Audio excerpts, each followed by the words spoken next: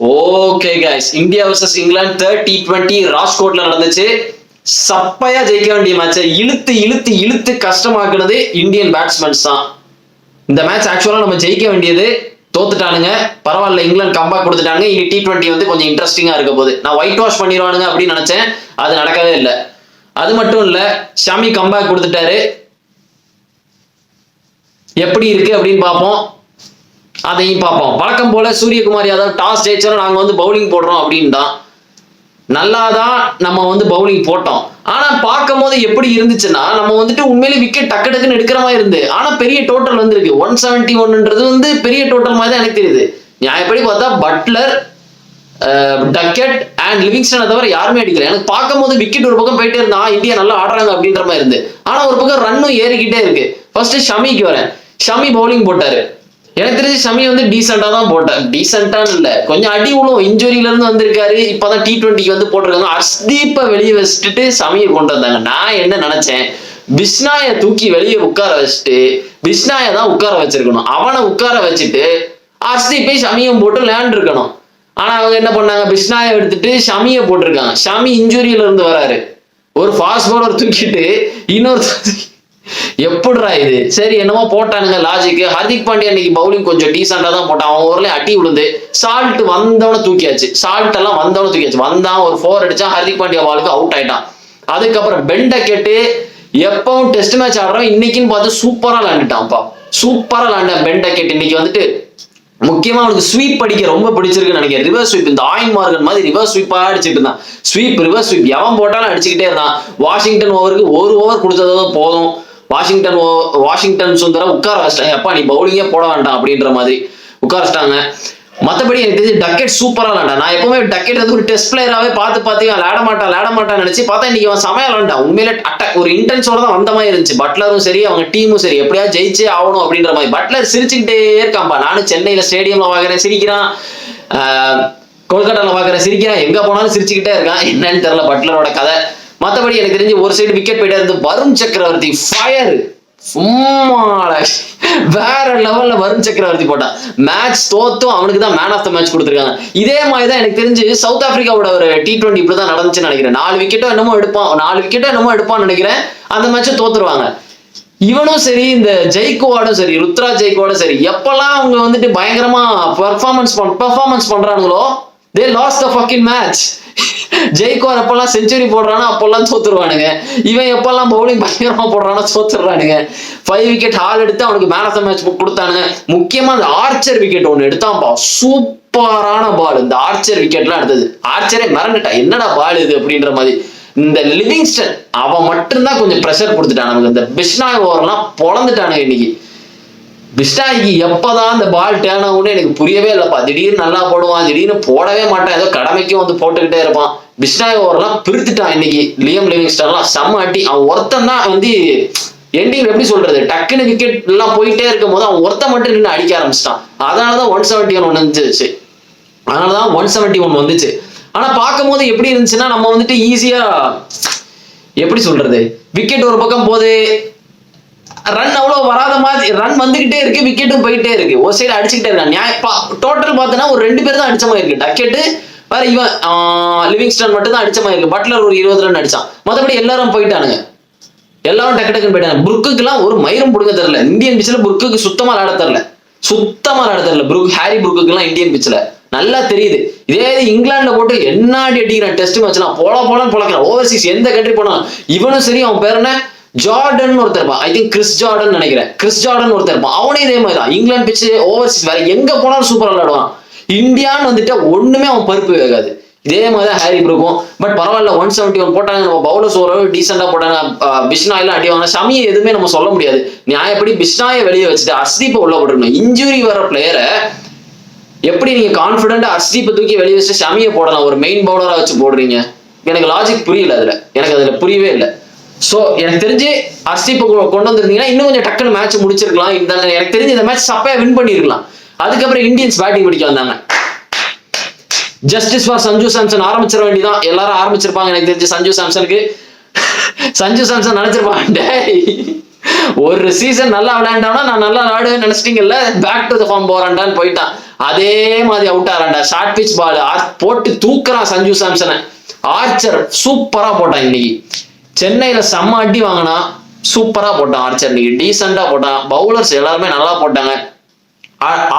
அபிஷேக் சர்மா நல்லா ஸ்டார்ட் பண்ணான், 5-4 என்னமோ அடிச்சான். அதை அப்படியே கொண்டு போயிருக்கலாம். உடனே தேவையில்லாம அவசரப்பட்டு மறுபடியும் நின்று தூக்கி அடிச்சு அவுட் ஆகி சூரியகுமார் வந்தான், திலக் வர்மா வந்தாங்க. திலக் வர்மாவுக்கு போட்ட பால் சரியான பால்.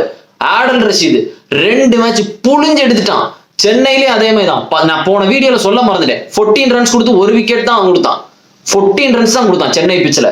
இன்னைக்கு 15 ரன்ஸ் தான் கொடுத்துக்கலாம். புழிஞ்சு எடுத்துட்டான் பேட்ஸ்மேன் எல்லாம். முக்கியமா அந்த திலக் வர்மாக்கு போட்ட பால்லாம் எவனுமே அடிக்க முடியாது, சரியான டென். அதுக்கப்புறம் சூரியகுமார் வந்தான், வழக்கம் போல அவனோட ஃபேவரட்டான ஷாட் தான் அடிச்சான். ஆனாலும் அவுட் ஆயிட்டான். சூரியகுமார் அவுட் ஆயிட்டான். எல்லாரும் ஏன் தான் இப்படி அவசரப்பட்டு அவுட் ஆறானுங்கன்னு தெரியல.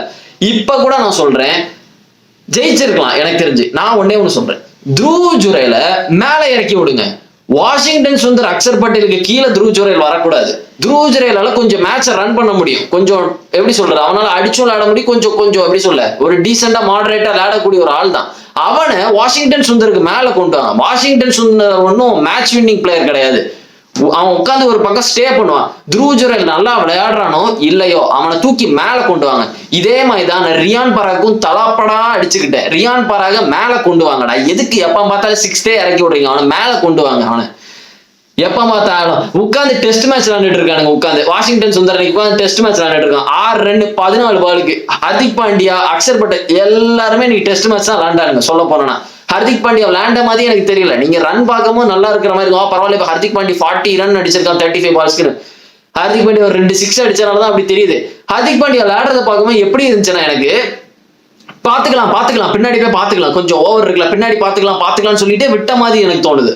அப்படிதான் எனக்கு இருந்துச்சு அவங்க விளையாடுறத பார்த்தா. ஏதோ ஒரு பெரிய டார்கெட் மைண்ட்ல இருந்து விளையாடுற மாதிரி இல்ல. போன மேட்ச் சென்னையில விளையாடும் போது இருந்துச்சு. ஆனா அப்பப்ப திலக் வர்மா வந்து ஒரு 6 அடிப்பான், ஒரு 4 அடிப்பான், ஆர்ச்சர் ஓவர் போட்டா பிரிச்சு மேஞ்சிருவான். அந்த மாதிரி பண்ணிட்டு இருந்தான். ஆனா ஹர்திக் பாண்டியா அப்படி இல்ல.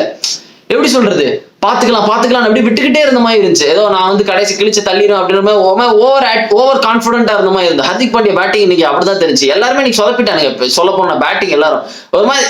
கைஸ், இந்த மேட்ச் நம்ம சப்பையை ஜெயிக்க வேண்டியது. சொல்ல போனா நம்ம சப்பையை ஜெயிக்க வேண்டியது. நம்ம பேட்ஸ்மேனாலதான் குறை சொல்லணும். சஞ்சு சாம்சன் அதே ஷார்ட் பிச் பாலுக்கு அவுட் ஆறான். எப்பா சஞ்சு சாம்சனை பத்தி நான் பேச ஆரம்பிப்பா. நம்ம ஆளை பத்தி சஞ்சு சாம்சன் அதே ஷார்ட் பிச் பாலுக்கு அவுட் ஆறான்.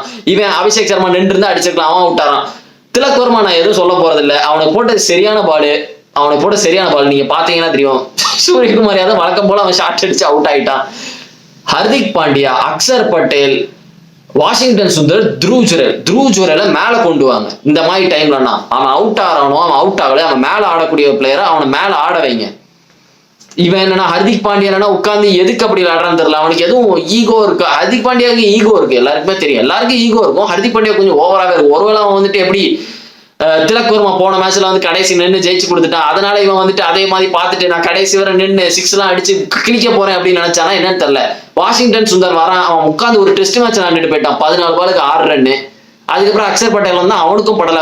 உண்மையிலே சொல்ல போனா பவுலர் செமையா போட்டானுங்க. ஆடல் ரஷீதா இருந்தாலும் சரி, கார்ஸ், ஆர்ச்சர், வுட் எல்லாம் சூப்பரா போட்டான் இன்னைக்கு. பட்லரோட கேப்டன்சியை பாராட்டி அவன் உண்மையிலேயே நல்லா கேப்டன்சி பண்ணான். ஒரு இன்டென்ஸோட தான் இருந்தான். சென்னையிலே அவன் அப்படிதான் இருந்தான். ஒரு மாதிரி இன்டென்ஸோட தான் இருந்தான். திலக் வர்மா வந்து சர்ப்ரைஸ் பண்ணிட்டு போயிட்டான் எல்லாரையும். பட் இன்னைக்கு வந்து வின் பண்ணிட்டானுங்க. பட் நான் சொல்றது தான், எனக்கு தெரிஞ்சு இந்த மேட்ச் ஜெயிச்சிருக்கலாம். ஜெயிக்க வேண்டிய மேட்ச் தான், தோக்குற மேட்சே கிடையாது. ஹர்திக் பாண்டியா நின்றுனாலே ஜெயிச்சிருக்கலாம். ஏன் வந்து அவ்வளவு பாத்துக்கலாம் விட்டானுங்கன்னு தெரியல. ஒரு ஓவர்ல அவன் அடிக்க ஆரம்பிச்சிட்டாலே பவுலர் பயந்துருப்பானுங்க. ஐயோ அடிக்க ஆரம்பிச்சிட்டா, டோட்டல் கம்மியாயிட்டே இருக்கு, அவனுங்க ஈஸியா ஜெயிக்கிற மாதிரி இருக்கான்னு விட்டுருப்பான். பட் ஹர்திக் பாண்டியா தேவையில்லாம அந்த மேட்ச் உட்காந்து இழுத்துட்டு இருந்தான். இழுத்து பிரஷரை உள்ள போட்டுட்டு இருந்த மாதிரி இருந்தா ஹர்திக் பாண்டியா, அந்த வாஷிங்டன் சுந்தர். அதுக்கப்புறம் வந்து த்ருவ் ஜுரேல் என்ன பண்ண முடியும்? கடைசி த்ருவ் ஜுரேல் வந்து என்ன பண்ண முடியும்? அவனும் சமயம் ஒரு 7-8 6 அடிக்க முடியும் உட்காந்து. வழியே இல்லை, ஃபர்ஸ்டே அடிச்சிருக்கணும். ஸோ எதுவும் பண்ண முடியாது. இனி நான் ஒயிட் வாஷ் பண்ணுவாங்கன்னு நினைச்சேன். பட் இங்கிலாந்து கேம் பேக் ஸ்ட்ராங். இங்கிலாந்து உண்மையிலேயே சூப்பராக விளாண்டானுங்க. இனி மேட்ச் கொஞ்சம் இன்ட்ரெஸ்டிங்கா இருக்க போது. சொல்ல போனா 2 நம்ம வின் பண்ணிட்டோம். இப்போ 1 லீட் வச்சுட்டானுங்க. அடுத்த மேட்ச் இங்கிலாந்து ஜெயிச்சிட்டானுங்கன்னு வச்சுக்கோங்களேன். சூப்பரா இருக்க போது டிசைடர். எனக்கு எதுவும் இங்கிலாந்து ஜெயிக்கணும் அப்படின்ற மாதிரி இருக்கு அடுத்த மேட்ச். அப்பதான் கொஞ்சம் இன்ட்ரெஸ்டிங்கா இருக்கும் மேட்ச். ஒரு டிசைடர் வரணும் அப்படின்ற மாதிரி. இப்போ அடுத்த மேட்ச் ஜெயிச்சுட்டா சப்போன் இருக்கும் 5th மேட்ச். எனக்கு தெரிஞ்சு இங்கிலாந்து ஒரு கம்பேக் கூட. இந்தியா கொஞ்சம் காஷியஸா தான் போவாங்க அடுத்த மேட்ச். நல்லா விளையாடணும். ஹர்ஷீப் கண்டிப்பா கூட்டத்தாங்க. அப்பா ஹர்ஷீப் உள்ள வந்துருப்பா, பிஷ்னாயை தூக்கி வெளியே வச்சுட்டு. எனக்கு அப்படிதான் தோணுது. ஐ திங்க் பிஷ்னாயை வெளியே வச்சுட்டு ஹர்ஷீப்பை உள்ள கொண்டு வந்துருவாங்கன்னு நினைக்கிறேன். சமயம் ஹர்ஷீப்பை வச்சுட்டு போடுவானுங்க அப்படின்னு நினைக்கிறேன். அடுத்த மேட்ச் எங்க நடக்குது? பூனேல நடக்குதுன்னு நினைக்கிறேன். ஐ திங்க் பூனேல தான் நடக்குது. பாப்போம் அந்த பிச்சில் வந்து எப்படி என்ன நடக்க, அந்த வெதர் எப்படி இருக்கு, பிச் எப்படி இருக்கு அதெல்லாம் பார்த்துட்டு உண்மையிலே இந்தியா ஜெயிப்பானுங்களா இல்ல பட்லர் மறுபடியும் கம்பேக் கொடுக்க போறானா பார்ப்போம். Looks like England became stronger. Rasheeda இருந்தாலும் சரி, ஆர்ச்சரும் நல்ல ஃபார்ம்ல இருக்கான் எனக்கு தெரிஞ்சு. ஆர்ச்சர் இந்த சென்னையில பிச்செல்லாம் அவன் பருப்பு வேகல, அவ்வளவுதான். சென்னை நல்லா ஸ்பின் ஆகும், சென்னையில அவனுக்கு பருப்பு வேகல. மற்றபடி ரஷீத்லாம் செமையா போடுறாங்க. அவங்க பேட்டிங் ரொம்ப ஸ்ட்ரகிள் பண்றானுங்க, பட் எப்படியோ வந்துடுறானுங்க. நம்ம இதுவும் பேட்டிங் கொஞ்சம் திணறிட்டு தான் இருக்கும் சொல்ல போனா. ஸோ தேர்ட் மேட்ச் பார்ப்போம். இங்கிலாந்து வந்து அதே மாதிரி ஆடுவானுங்களா இல்ல நம்ம வந்து வின் பண்ணிட்டு போயிடுவோமா பார்ப்போம் கைஸ். ஓகே, ஸோ வீடியோக்கு லைக் போடுங்க, சேனல் சப்ஸ்கிரைப் பண்ணுங்க. அண்ட் அதுக்கப்புறம் இன்னொன்று மறந்துட்டு பாத்தீங்களா, நான் இதுக்கு தான் வந்து சிராஜை வச்சிருக்கணும் சாம்பியன்ஸ் டிராஃபில அப்படின்னு. வாஷிங்டன் சுந்தரை வெளியே வச்சுட்டு சிராஜை உள்ள வச்சிருக்கணும் அப்படின்னு சொன்னேன். ஒருவேளை இப்ப ஷமிக்கு வந்து ஒழுங்கா வரல, பும்ராக்கு வந்துட்டு இந்த இன்ஜுரி இன்னும் அப்படியே இருக்குன்னா ஒரு ஃபாஸ்ட் பவுலர் தேவை. அதுக்கு வந்து சிராஜை உள்ள வச்சிருக்கணும். தேவையில்லாம அவசரப்பட்டு சிராஜை வெளியே விட்டுட்டீங்க. பாப்போம் என்ன நடக்குது. ஒரு மேட்ச் வச்சு நம்ம டிசைட் பண்ண முடியாது ஷமியோட பவுலிங்க. நெக்ஸ்ட் மேட்ச் பாப்போம் என்ன நடக்கும். Okay guys, so see another video and remember it, always be on top. Cheers.